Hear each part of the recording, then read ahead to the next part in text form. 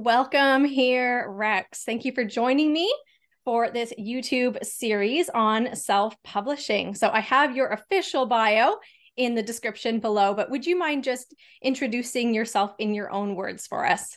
Sure. My name's Rex Dillinger. Uh, Funny enough, I'm related to the gangster John Dillinger. My grandfather and he were first cousins. So I grew up all my life hearing stories about the famous bank robber. We live in Crystal Lake now. We lived here about a year, retired a year ago, moved up here to be with our last set of grandkids, and had a really diverse life. I've done a lot of different things. I was a reserve police officer, a minister, a salesman, own my own business, a realtor, and now I am the author of this book. Amazing. Can't see it very well, but so yeah, a lot of different things. I've tried to cross off a lot of bucket lists in my life, things I wanted to do, and so I just did them. Amazing. And now author is getting crossed off your list, which is incredible. It is. It took a long time to get that one crossed off, but I'm 67 years old, so Awesome. That's so good. So the book there was blurred out a little bit. Do you mind just telling us what the title of the book is and when you have or are publishing it? okay. The name of the book is A Conscious Choice to Love, and I published it on the 23rd of January of this year. So Amazing. it's just about 6 weeks on the market. Perfect. Nice and fresh in your mind, this experience. It is. Yes. Good. Good. So you said you're crossing things off your bucket list and you finally got to, cross off being an author, a published author. So what led you to decide to self-publish this book? So I decided to self-publish because I'm 67 years old. I don't have time to wait 5, 6, 8 years to try to find some publisher to publish my book. And I knew it was going to be a difficult road in a lot of ways, especially in the marketing area is where I found it to be the most difficult. But I knew if I didn't do it, it wouldn't get out there soon enough. This way I had control of when the book got out there. So, from the time I started editing it or hired someone to edit, which was about 4 or 5 months ago, it was on Amazon the middle of January. And if I had gone with a traditional publisher, I would have still been 2 or 3 or 4 years out. Yeah, absolutely. That is a benefit for a lot of people is being able to get that book out there and published and not have to wait years and years, especially when you feel like, it's either a timely message or, you just don't want to wait. Who wants to wait that long, really? Exactly. And, Taryn, when you get to be my age, I mean, you think of life differently. So waiting a year for you at your age versus waiting a year for me at my age, that's a huge amount of life that goes by. Right. Yeah, absolutely.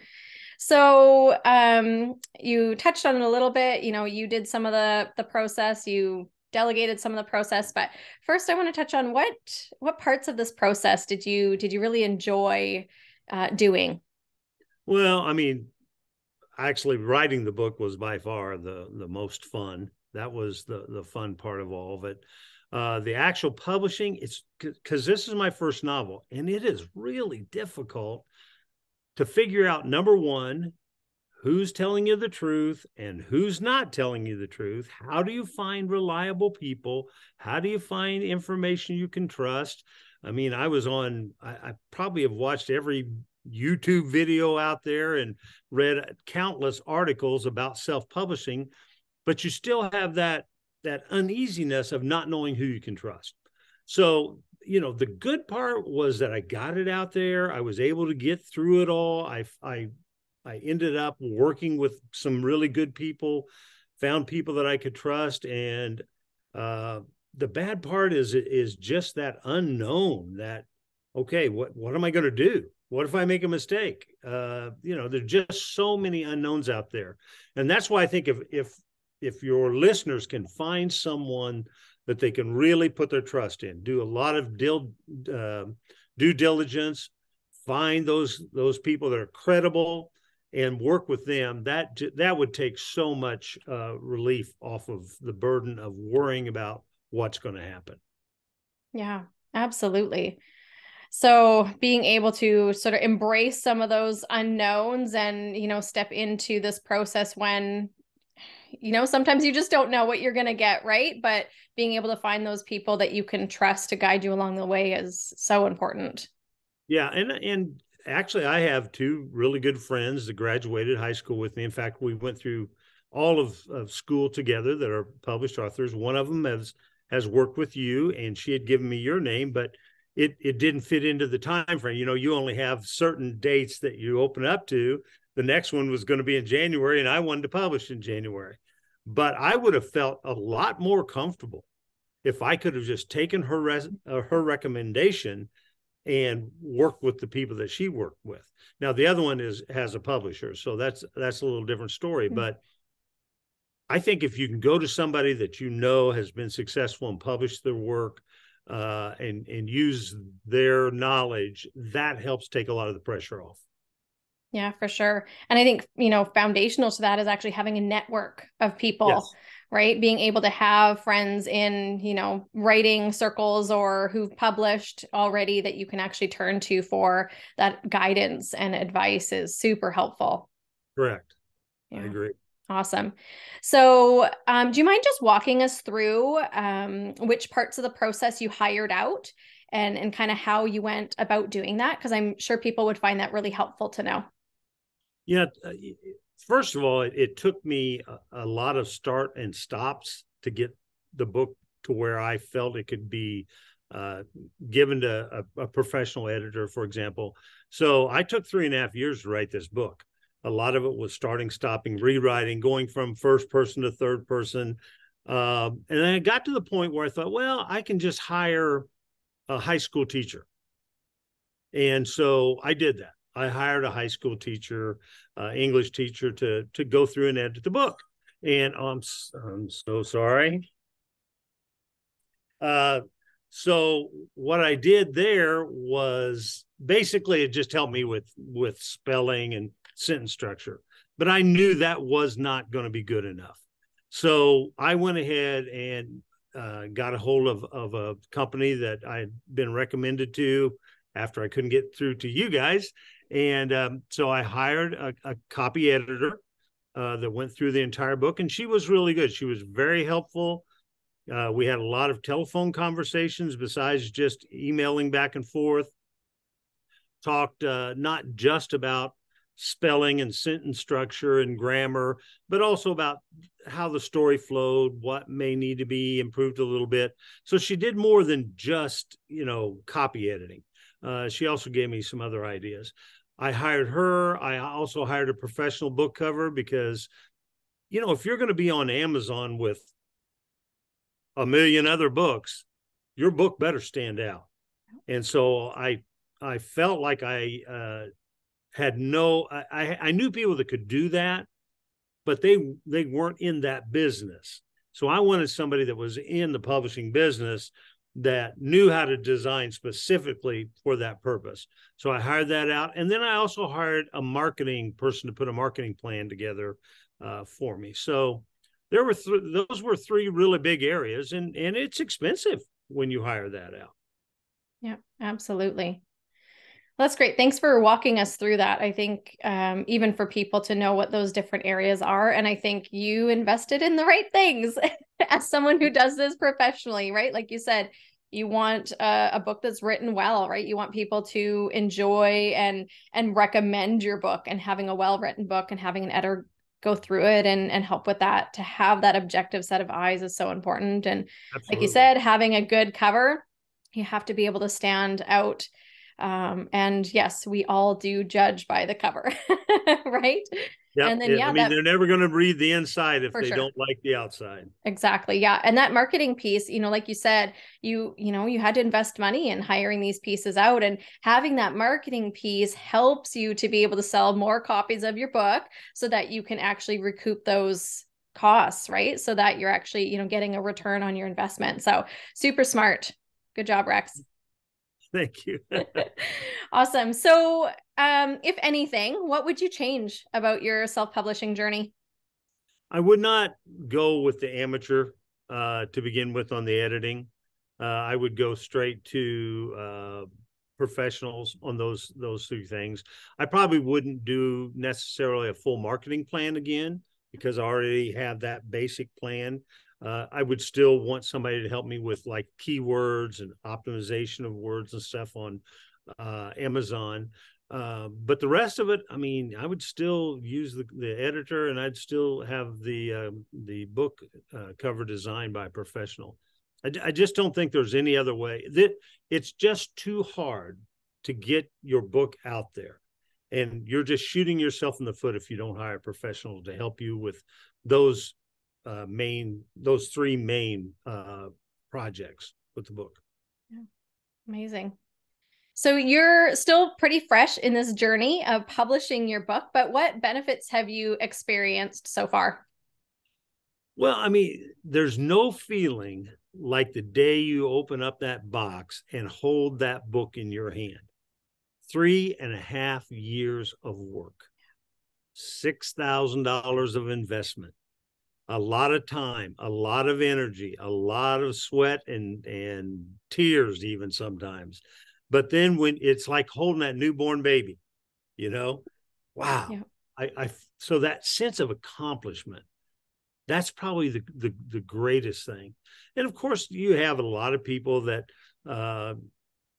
have just told me, you're an author. Oh, wow. You get some accolades, even though it's really silly and it doesn't really mean anything, but still it gives you something to talk with. I just got back from a 2-week cruise, for example. Everybody I talked to on the cruise ship, we finally got around to, I published a book, and then we talked about it for the next 30 or 40 minutes. So it's been, I don't want to say it's an ego thing because it's really not. It's just a passion that you can share with someone. Yeah. And to see all of that hard work published into this thing, like you said, that you can hold in your hands, like there's just no better feeling. No, there's not. That's true. Yeah. Amazing.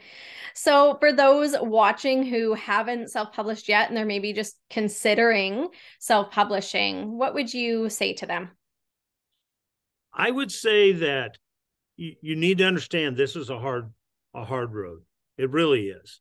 And if you've never published before, you need to get out and research as much as you possibly can.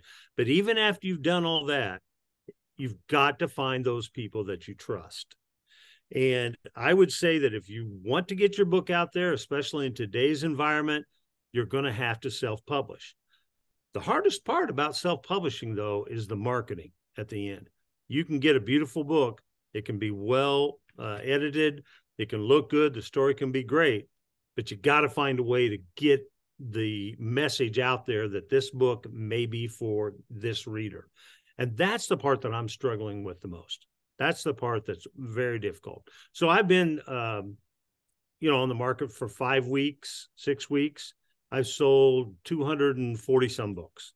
That's really not a lot of books. Sure doesn't recoup your expenses. And if you're going into this thinking you're going to get rich, get that out of your head. You need to do this because it's a passion. You need to do this because you want to get a message out. You need to do this because you want a legacy for your grandkids or whatever. If you're doing it for the money, you're probably going to be pretty depressed at the end of the day. Yep. Good point. And I will just say that 250 copies, that's nothing to scoff at. I've been looking for the latest stats on this, but at least a few years ago, the average number of books sold was 250 copies, right? And obviously, when you look at averages, that means there's some that are way, way higher, and there's a lot that are lower, right? The average self-published book is not going to sell that many.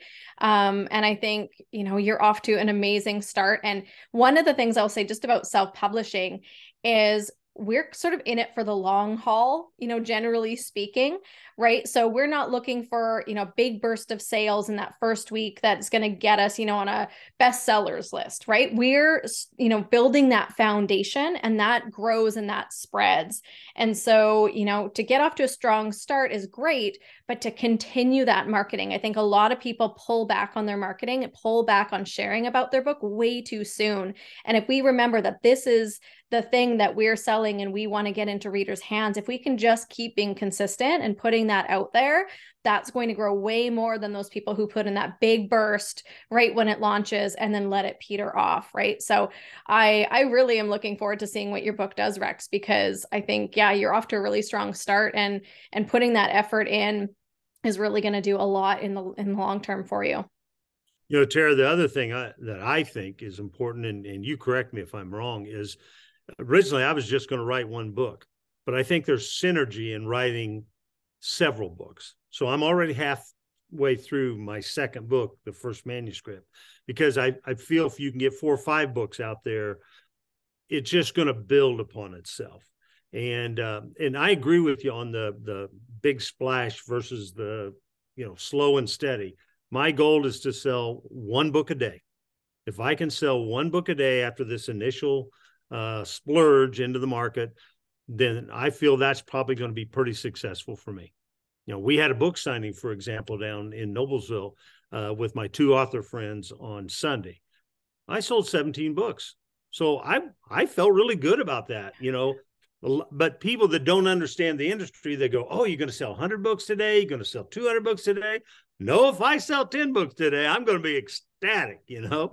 So with 17, I felt really good about that. Yeah. Yeah. That's awesome. Thanks for sharing that.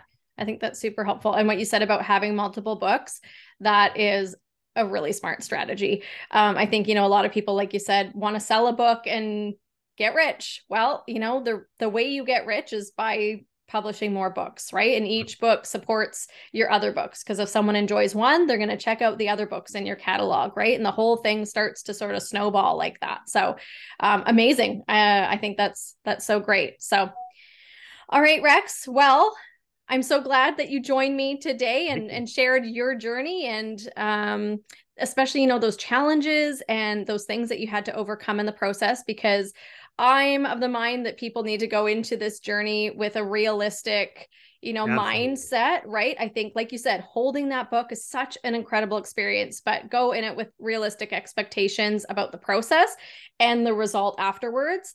And, you know, people who are willing to put in that hard work and find support along the way are going to succeed. And yeah, just so encouraged by your story, and can't wait to see what you publish in the future. Thank you. The one thing I would encourage any of the writers that are listening, don't wait. Mm. Don't wait till you're 65 years old like I did. If you feel like you have a book in you and you're 25 years old, start writing it. And that way you'll have 20 or 30 books in you over your lifetime, where I may only be able to have 4 or 5 in my lifetime. So I encourage you, don't wait. Get out there and just take the plunge. Do it. When you hold that book in your hand, even if you only sell 10 copies, it will be a sense of achievement. Amazing. What an incredible note to end on, Rex. Thank you so much, Rex. And thank you to everyone joining us online for this series. Take care. Thank you.